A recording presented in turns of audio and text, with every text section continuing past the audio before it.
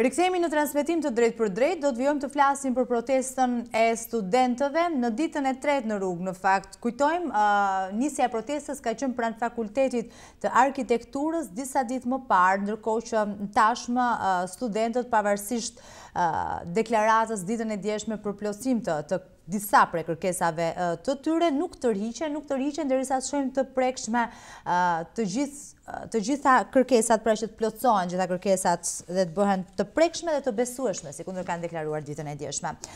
Ka një solidarizim, ndërkohë në këto momente ka nisur dhe grumbullimi i studentëve në fakultetet përkatëse, më pas do të marshohet drejt Ministrisë së Arsimit. Ky është njoftimi zyrtar. Këto janë pamjet për shembull që vijnë nga Universiteti Bujqësor i Tiranës. Do të flasim edhe më gjatë për këtë universitet. Ditën e djeshme studentët kanë hartuar një shkresë, pra një njoftim me 10 kërkesa të studentëve të Universitetit Bujqësor të Tiranës, të cilët do t'i bashkohen edhe ditën e sotme kësaj proteste. Sikundër e shihni, ndërkohë këto janë pamjet nga Fakulteti Histori Filologjisë, po grumbullohen studentët. Po do të ndalem, me mua në studio është zoti Hasani, pedagog i Universitetit Bujqësor të Tiranës. Përshëndetje, mirë se vini zoti Hasani. Përshëndetje, faleminderit për ftesën. Më lejoni të shpreh kënaqësinë time që pedagogët solidarizohen me studentët në këto kërkesat tyre për përmirësimin e standardeve të arsimit. Si ndodhi që studentët e Universitetit Bujqësor të Tiranës janë, le të themi, në pararojë në këtë rast, sepse nga informacionet që ne kemi janë të vetmit që kanë përpiluar kërkesa kaq të detajuara, 10 kërkesa për të plotësuar. Po, unë së pari dua të shpjegoj arsyen pse jam sot këtu. Si një ish aktivist i shoqërisë civile, por dhe sot aktivist i shoqërisë civile në një fushë tjetër e cila ka në fokus më shumë të drejtat e studentëve dhe të rinjve, por sigurisht edhe si ish student dhe si pedagog i ri, ndjej përgjegjësinë morale për t'i mbështetur studentët shqiptar. Problemi i studentëve nuk është se është problem që ka ardhur në 5-6 vitet e fundit, ose problem që mund t'ia dedikojmë një qeverisje të caktuar. U bën gati 28 vite që tashmë studentët vuajnë problematika të ndryshme mbi kurrizin e tyre. Kështu që erdhi nevoja që studentët të bëhen bashkë dhe t'i kërkojnë një zëri qeverisë shqiptare disa problematika të cilat ata kanë evidentuar dhe këto problematika t'i japin zgjidhje në bashkëpunim me institucionet qeveritare. Janë 10 kërkesa që janë përpiluar pra nga studentë të Universitetit Bujqësor të Tiranës, por kujtojmë edhe një tjetër, ka dhe një vendim që ka ardhur nga Student Economic Forum dhe nga grupimi i studentëve Universitetit Bujqësor të Tiranës për të marrë pjesë në këtë protestë sotme. Si po përjetohet kjo protestë brenda këtij universiteti në fakt? Studentët janë shumë entuziastë. Unë gjej rastin të shpreh që studentët e Universitetit Bujqësor të Tiranës janë studentë fantastik. Në 3 vitet e fundit kemi pasur studentë të cilët kanë ardhur mbi 70% të kuotave janë zënë me studentë me mesatare mbi 8, kështu që niveli i reagimit të këtyre studentëve të cilët vinë nga gjimnaze ekselente sigurisht që është më i lartë se sa studentët të cilët kanë qenë para 10 vitesh, po supozojmë. Kështu që është përjetuar në mënyrë entuziaste, në sensin që studentët ndjejnë përgjegjësinë që ata kanë mbi supe për sa i përket marrëdhënies që ata duhet të kenë me pushtetin qendror dhe lokal, por sigurisht edhe pamjaftueshmërinë që kanë prindrit e tyre për t'i ndjekur dhe për të mbuluar shpenzimet e studimeve të tyre. Dhe ky është problemi kryesor. Pra problemi pse kanë dalë studentët në protestë është problem ekonomik. Sigurisht që protesta ka element të ndryshëm që duan ta përvetsojnë, duan t'i japin konotacione dhe ngjyra të ndryshme, por studentët kanë dhënë zërin e tyre dhe po japin fuqimisht drejtimin e protestës duke vendosur në ballë të parë studentë të cilët nuk janë pjesë e forumeve politike apo nuk janë pjesë e lëvizjeve të ndryshme të organizatave që kanë qasje ekstremiste. Dhe kështu që është një protestë e pastër nga ana e bindjeve politike ose e mbështetjeve partijake. Dhe nuk janë aty as për të kundërshtuar qeverinë ose për të kundërshtuar kryeministrin, as për të mbështetur kryetarin e opozitës ose as për të bërë me faj njërin palë ose palën tjetër. Thjesht duan që institucionet e këtij vendi t'i mbështesin problematikat që ata kanë evidentuar dhe i kanë formuluar në formë kërkese. Pra kjo është kauza e studentëve sot. Pra mbështetja e problematikave ose zgjidhja e problematikave nga qeveria. Edhe pse kemi gati 28 vite që është lënë në harres, qeveria sot e ka shumë të vështirë nëse do ish punuar në 28 vite të zgjidhnim këto problematika, por gjendemi përballë një fakti të tillë dhe kryeministri Edi Rama ka përgjegjësinë që të zgjidhë këto problematika. Do të ndalem fakt pak më gjerësisht për situatën në Universitetin Bujqësor të Tiranës, situatën e studentëve. Ndërkohë, vazhdimisht regjia do të më ndihmoj tani edhe një herë me pamjet e Universitetit të Vlorës, do të shihni ndërkohë që ne jemi në këtë bisedë dhe po flasim pikërisht për këtë protestë, e cila zyrtarisht nis në orën 10 përpara Ministrisë së Arsimit, do të shohim pamje nga protesta dhe solidarizimi i studentëve edhe në rrethe. Pak më parë kemi parë pamjet që vinin nga protesta e studentëve në Universitetin e Vlorës. Duhet theksuar, i vetmi universitet ku nuk protestohet dhe nuk është protestuar as ditën e djeshme, as 2 ditë më parë, është ai i Gjirokastrës, i cili për më tepër sot ka 50 vjetorin e themelimit të tij. Këto janë pamjet që vijnë nga Vlora.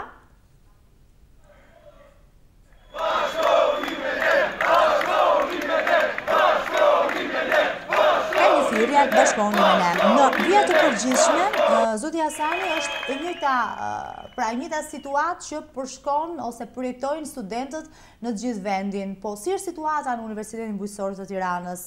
Çfarë përfshihet në kërkesat që ju keni hartuar, pra studentët kanë hartuar në këtë peticion? Për të bërë një rezume të përgjithshme të universitetit, jo vetëm në sensin e kërkesave dhe atë përse jemi sot këtu.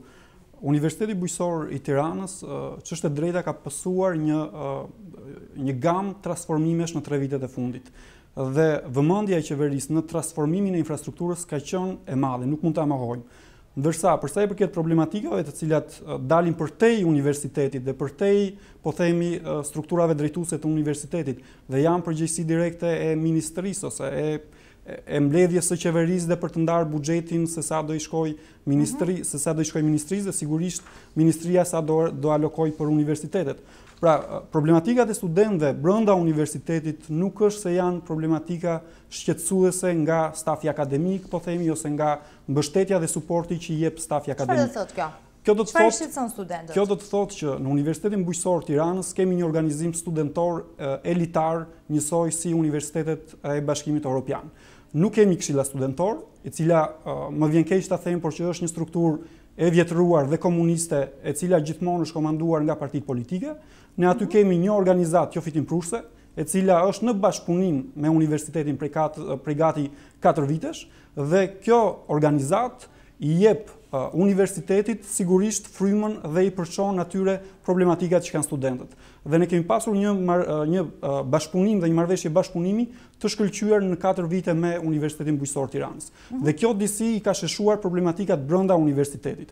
Por vim në fazën që universitetit aq i mban kurizi dhe duhet të kalojmë në një stad të ri. Pra deri këtu shkon ajo që quhet autonomia universitare, që dhe ditën e djeshme u theksua nga ministra Nikola, duke u ndalur pra tek zgjidhja e atyre që kërkesave të këtyre studentëve.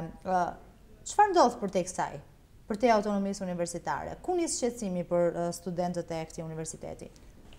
Problemi, e theksova edhe më lart, që është problem ekonomik dhe duke qenë se... Ç'do të thotë? Ndalemi konkretisht për gjithë ata që na ndjekin te kërkesat që ju keni. Po.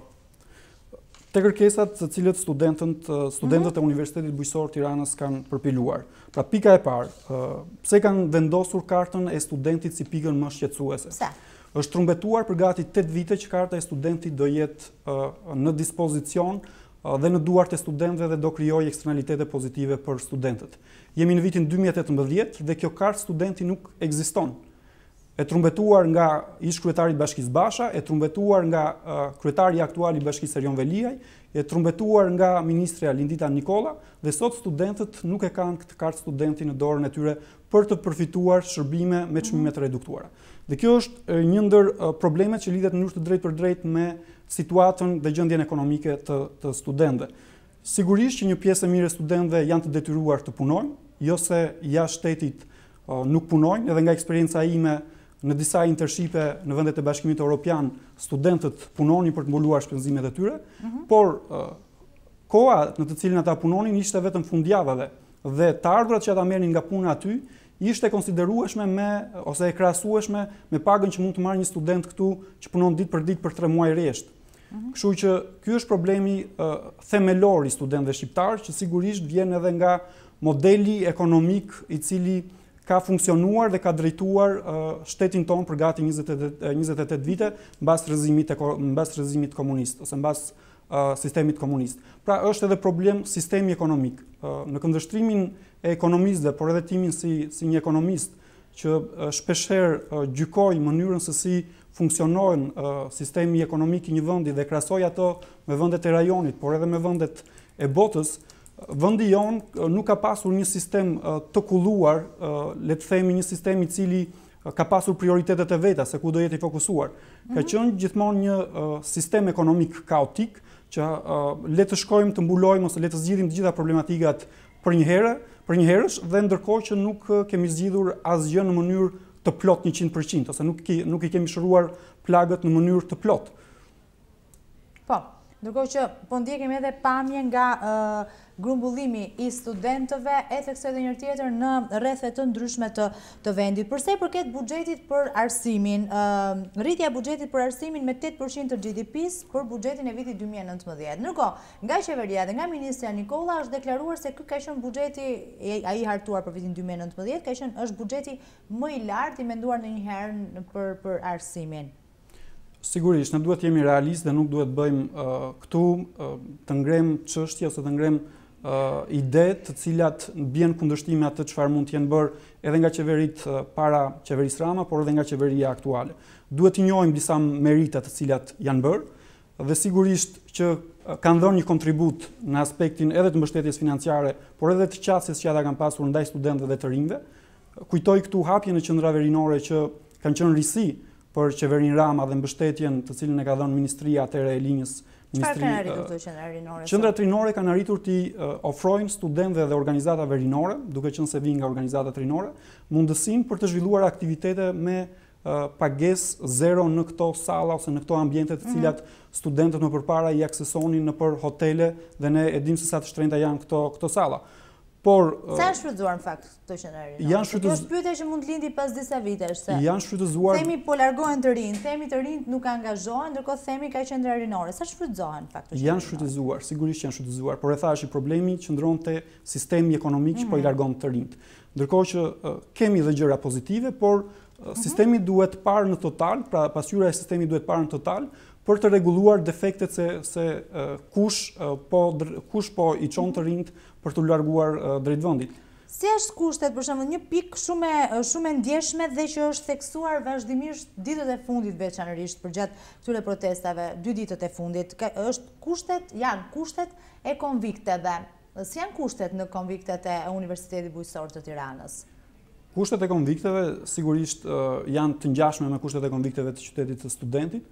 Që do thotë? Janë kushte... Në asillet të prekshme është sepse për Universitetin e Tiranës vazhdimisht kemi dëshmi, për Universitetin Bujqësor të Tiranës nuk kemi shumë dëshmi, në fakt për së vërtetës. Në asillet të prekshme, çfarë ndodh në konviktet e Universitetit Bujqësor të Tiranës? Si është situata?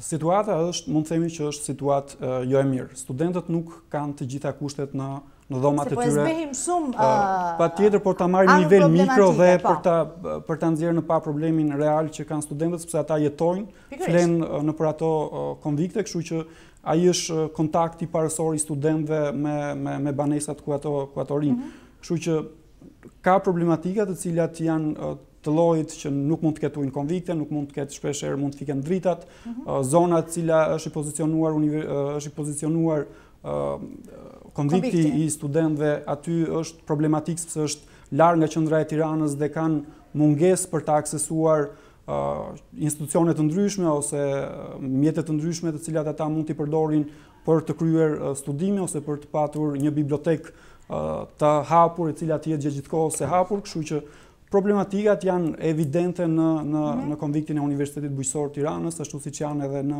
konviktet e qytetit studentit. Dakor, do të vjojmë të flasim, zoti Hasani, ndërkohë që her pas here do duhet që të fokusojmë vëmendjen dhe tek pamjet e drejt për drejta që vinë. Në këto momente jemi në Universitetin Politeknik të Tiranës, si kundër lëshimit ka grumbullim të një pjesë të studentëve aty.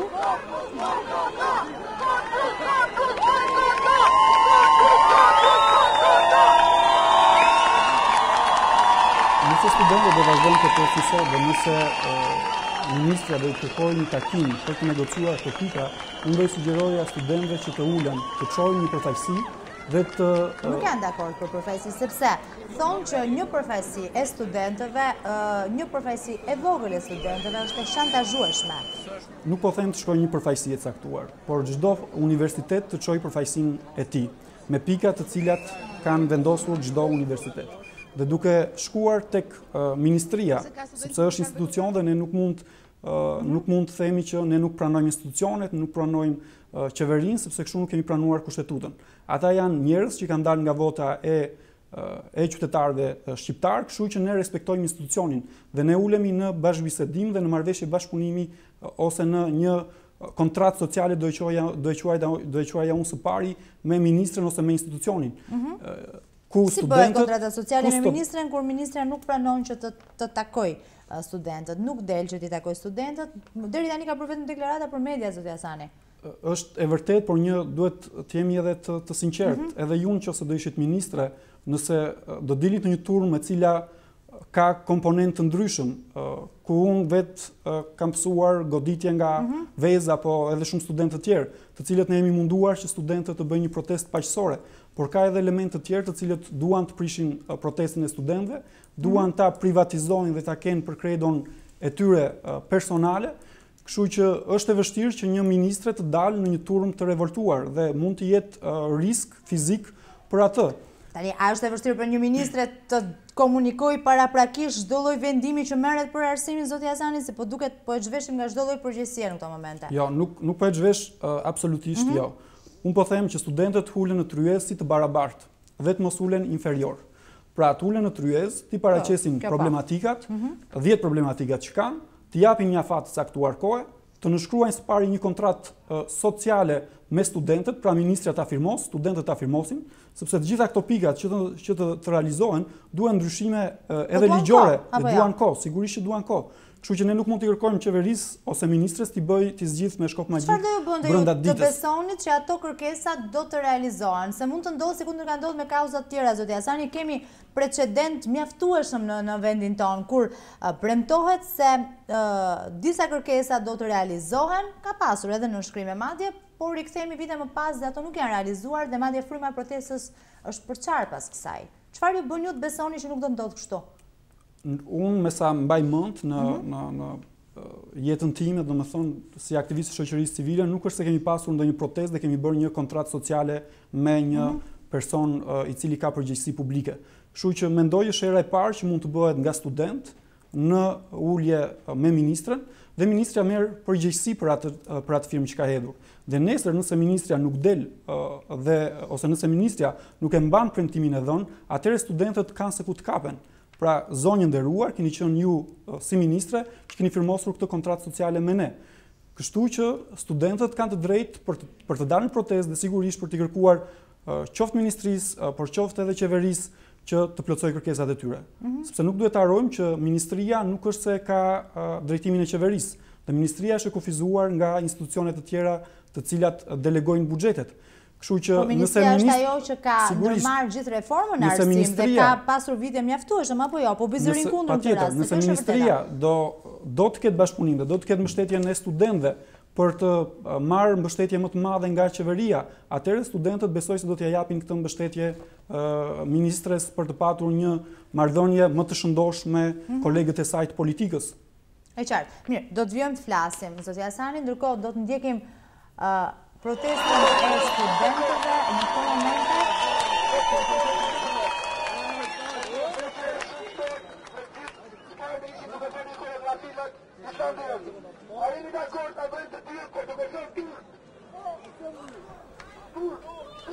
Jemi përpara Universitetit Politeknik të Tiranës, pra me pamjet live, ka edhe student të Fakultetit Juridik.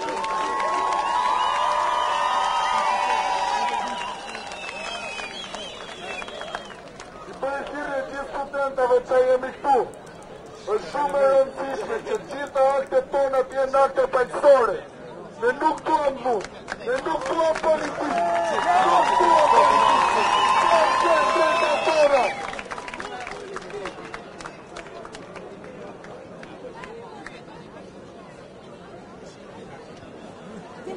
drejt, zoti Hasani, shoh edhe komentet të llojit. Nëse ikën kjo ministre, çfarë ndodh me kontratën sociale? Se dhe kjo është një pyetje shumë e vend në fakt. Është një kontratë sociale që do të nënshkruhej me një ministre për strategjinë e arsimit vetvete, se gjithë ato përbëjnë strategjinë e arsimit.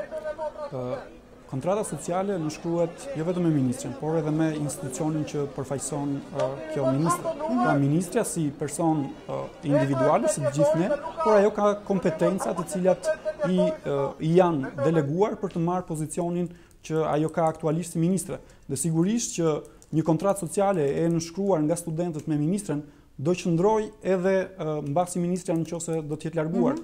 Besoj unë, kështu që kjo është një arritje dhe një fitore për studentët nëse e bindin ministren të firmos të gjitha pikat të cilat ata kanë ngritur, është një arritje për studentët, sepse ajo ka pranuar realisht problematikat e studentëve dhe jo se nuk i kanë pranuar, edhe qeveria i pranon, edhe opozita i pranon, kështu që puna është që të hedhin si thua një firmë e cila bëhet më zyrtare ky pranimi problematikave të studentëve. Pra merr formë zyrtare dhe hyn në agjendë politike për të zgjidhur. Pra nuk ka rëndësi nëse i zgjidh Lindita, nëse i zgjidh dikush tjetër, e rëndësishme është që problematikat e studentëve të zgjidhen. Dhe unë jam pro protestës, sigurisht që i mbështet studentët. Përderisa jeni këtu dhe përderisa jam këtu. Peticionin, dhe kam qenë me studentët dhe sigurisht mbas emisionit do shkoj me studentët në protestë. Por studentët nuk duhet të djegin mundësinë e dialogut. Çfarë do thotë kjo? Që do të thotë, nuk do duhet të ishin sot në protestë, patjetër që duhet të jenë në protestë dhe duhet i tregojnë sot ministrisë fuqinë që ata kanë, fuqinë që ata kanë në dorë. Por mos harrojmë që dhe vendet kur janë në luftë, ulen dhe dialogojnë. Studentët nuk janë armiq me Ministrinë e Arsimit. Është një institucion i cili ka hallkat që mund të ndihmojë studentët. Dhe nëse ne ka bërë në fakt për kaq vite se kjo nuk është se gjitha çuditen me frymën e protestës, me frymën që ka marrë kjo protestë në pak ditë, po në fakt në kaq pak ditë ne kemi kuptuar që problematikat sa vinë shtohen problematikat e ngritura nga studentët. Pra, kërkesat e ka nisur me 2 pika dhe ka përfunduar në 4, tashmë ka 10 pika nga Universiteti Bujqësor i Tiranës. Pra, duket që ka një lloj ngërçi komunikimi të mëhershëm mes Ministrisë së Arsimit si institucion dhe studentëve. Sigurisht që ka. Unë të thash që ka gati 28 vite që ky problem vazhdon dhe agravohet. Përveç sistemit në tërësi që dhe agravohet sepse nuk i është dhënë zgjidhja që në gjenezë. Nëse do ishte dhënë zgjidhja që në gjenezë, ne sot nuk do flisnim për këto problematika, nuk do flisnim për këto protesta, por do flisnim për protesta ku studentët do diskutonin për dietat e tyre ushqimore që universiteti mund të mbulonte shpenzimet edhe për ushqimin, siç mund të mbulohen në vendet e bashkuara, në vendet e Bashkimit Evropian, ose nëse qeveria do i mbështeste me një pagesë të caktuar mujore apo me një fitë të caktuar mujore, siç mbështeten studentët në vendet e Bashkimit Evropian. Kështu që jemi në këtë situatë, ndaj po marrim situatën në tërësi dhe për të nxjerrë produktin final i cili do jetë më i mirë për studentët. Se sigurisht nëse ne qëndrojmë në protestë dhe agravohet protesta nga individ të ndryshëm, gjithmonë ka pasur në protestat të ndryshme që kanë qenë masive komponentë të cilët e kanë përçarë protestën. Dhe e njëjta gjë mund të bëhet edhe me këtë protestë. Ka pasur përpjekje në fakt në këto 3 ditë? Sigurisht që ka pasur përpjekje. Ka pasur nga lëvizje të ndryshme të cilat i thashët më lart që janë të ideologjive të ndryshme, ideologjive po supozojmë komunista, po ideologjive të ndryshme. Studentët nuk janë aty për politikë. Nëse ju dëgjoni thirrjet e studentëve, thoshin që jashtë politika dhe jashtë lëvizjeve të tjera të cilat impaktojnë zërin e lirë të tyre. Pra ata duan të kenë një përfaqësi të zhveshur nga çdo organizat, të zhveshur nga çdo forum politik rinor dhe të godasin, po them thonjza, ministrinë me zërin e tyre të pastër dhe jo në mënyrë me mbështetje politike apo me mbështetje nga organizata të ndryshme, që ministria të ketë ku të kapet dhe të thotë që këta janë të X krau politik apo janë të X force politike ose ideologjie. Kështu që studentët duhet të ruhen nga ky jam shumë dakord me këtë që thoni ju. Po ne jemi mësuar që pas çdo proteste në Shqipëri të vjet po gjej një term shumë popullor, të vjet nga një bisht nga pas dhe nuk do të habitemi që pas pak ditësh dhe kësaj proteste do t'i vjet një bisht nëse përfundon me kaq. Po, në fakt jeni duke ndjekur pamjet që vijnë nga Tirana në këtë moment. Pamjet live, ja ku i ndiqni në këtë moment edhe në ekran, janë studentët të cilët po marshojnë në këto momente nga Universiteti Politeknik në drejtim të qendrës dhe më pas drejt Ministrisë së Arsimit. Jemi diku përpara presidencës, pra po kalojmë përpara institucioneve kryesore të Shëndetësisë Ministrisë me pamje të drejtë për drejta. Ndërkohë në studio vjoj të kem pedagogun e Universitetit Bujqësor të Tiranës, Leons Hasani, i cili është në mbështetje të studentëve të këtij universiteti, por në fakt gjithë studentëve është pjesë e kësaj proteste. Kjo sotmja, ajo e djeshmja, ajo e pardjeshmja, quhet një protestë e organizuar apo spontane? Mund të themi me plot gojë që është një protestë spontane e studentëve. Pra ka ardhur si reagim spontan i studentëve për VKM-n e cila është miratuar nga Këshilli i Ministrave. Kështu që është një protestë spontane dhe nuk duhet t'i dedikohet një lëvizje të caktuar dhe i bëj thirrje studentëve të cilët të ruhen nga eksponentë të ndryshëm të cilët duan ta përvetësojnë protestën. Pra është një protestë spontane, le t'ja ulëm studentëve se në fund të ditës na intereson që këto problematika që kanë listuar studentët të zgjidhen dhe nuk na intereson të promovohet Leonsit, promovohet dikush tjetër. Dhe është mirë që të lëm studentët të dalin dhe të flasin dhe jo njerëz që i kemi parë dhe na janë bërë bajat ditë për ditë nëpër televizore. Pra, le të hesht zëri atyre që kanë vite që lobojnë për të drejtat e studentëve dhe nuk kanë zgjidhur as 0.5% të këtyre problematikave dhe le t'ja u lëm për herë të parë në dorë studentëve të marrin problematikat e tyre në dorë dhe t'i zgjidhin në mënyrën siç ata dinë. Sigurisht duke përdorur të gjitha mjetet dhe duke përdorur edhe mekanizmat ligjore që mund ta vënë ministrinë përpara përgjegjësisë për të ulur dhe për të dëgjuar zërin e tyre dhe sigurisht për të pranuar kërkesat që ata kanë. Si e shihni për shembull faktin që kësaj proteste janë bashkuar edhe persona që protestojnë për kauza të tjera, si kundër është ajo për unazën e re, si kundër është Aleanca për mbrojtjen e teatrit, ka pasur figura të njohura si zoti Tupja. A jep vlera kësaj proteste? Si e perceptoni në tërësi? Sigurisht, problemi i studentëve nuk është një problem që ngelet vetëm në suazën e studentëve. Nëse zgjidhim problematikat e studentëve ose nëse do kishim të zgjidhura problematikat e studentëve, të gjitha protestat ose të gjitha fenomenet që ne diskutojmë sot do ishin ezauruar vite më parë. Pra, zgjidhja problemeve të studentëve parë edhe në këndvështrimin e vendeve të Bashkimit Evropian, si kanë fituar studentët të drejtat para 30-40 vitesh në vendet e Bashkimit Evropian, duke u bërë bashk, duke u bërë grup interesi, duke lobuar, duke advokuar dhe sigurisht duke protestuar për të drejtat e tyre. Momentin që ata fituan këtë fitore të parë, si student, si zë i lirë studentor, atëherë ata fituan edhe të gjitha betejat e tjera me vendin e tyre. Dhe sot ne kemi një bashkim evropian apo vendet e Bashkimit Evropian që kanë një zhvillim ekonomik shumë të lartë dhe studentët kanë një standard jetese shumë të lartë. Pra, nëse do fitojnë betejën e studentëve, sigurisht që gjërat do marrin për mirë në këtë vend.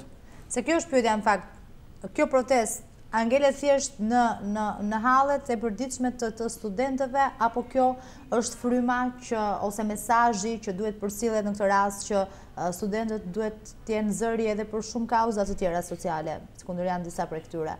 Kjo është e reflektuar me të gjithë indikatorët e ekonomisë. Pra, të gjithë indikatorët që ushqejnë ekonominë janë të dobët ndaj dhe studentët sot po dalin po protestojnë. Pra, indikatorët mikro dhe makroekonomik janë të pafuqishëm për të gjeneruar një rritje ekonomike dhe për të gjeneruar një mirëqenie sociale e cila të mbështet studentët dhe sigurisht të ketë politika sociale ndaj studentëve. Pra janë, si thua, politikat e mbrapshta që janë zhvilluar në 28 vite, politikat ekonomike, politikat sociale, kulturore, arsimore, në të gjitha fushat të cilat nuk kanë qenë të duhurat. Shpeshherë ne kemi marrë politika të vendeve të ndryshme, i kemi marrë copy-paste dhe i kemi vendosur në praktik njësoj si që janë vendosura në vendet e Bashkimit Evropian dhe shpeshherë ato kanë rezultuar të pasuksesshme sepse nuk ishin të bazuara me realitetin shqiptar, pra me realitetin ekonomik, financiar, nivelin kulturor të Shqipërisë, ndaj dhe shpeshherë këto ligje ose këto platforma të cilat thjesht janë marrë të huazuara nga vende të ndryshme kanë rezultuar të pasuksesshme. Ndërkohë, këto janë pamjet e drejtë për drejta, shihni pjesëmarrjen e studentëve në këtë protestë të sotme, ditën e tretë të protestave në rrugë. Në të majtë ekranit shihni pamjet e studentëve të Fakultetit Inxhinierisë së Ndërtimit, në të djathtë ndërkohë po shihni pamjet e studentëve që ndoshëm edhe pak më parë ata që janë nisur nga Universiteti Politeknik i Tiranës në drejtim të qendrës. Si e cilësoni komunikimin që ka pasur zonja Nikolla dhe kryeministri ditët e fundit? U trajtua fillimisht si një çështje për ngelësit. Sigurisht u trajtua si një çështje për ngelësit, sepse kauzat të cilën studentët u ngritën në protestë ishte për ngelësit. Pra për studentët të cilët japin provimet për përmirësim ose studentët të cilët ngelen. Sigurisht edhe unë si pedagog nuk mund të pranoj që një student të jap provimin për 7 ose 8 herë. Dhe sigurisht që duhet të ketë një fije e cila e penalizon. Edhe në vendet e Bashkimit Evropian ka fije kur studenti ngelet. Sigurisht që problemi qëndron që studentët cilët nuk frekuentojnë ose studentët cilët nuk janë rregullisht në mësime dhe nuk janë për arsye se ata janë në punë, ky është problem që duhet ta zgjidhë qeveria, sepse është problem ekonomik që ata nuk shkojnë në mësim. Pastaj për studentët të cilët janë studentë dobët dhe janë studentë cilët nuk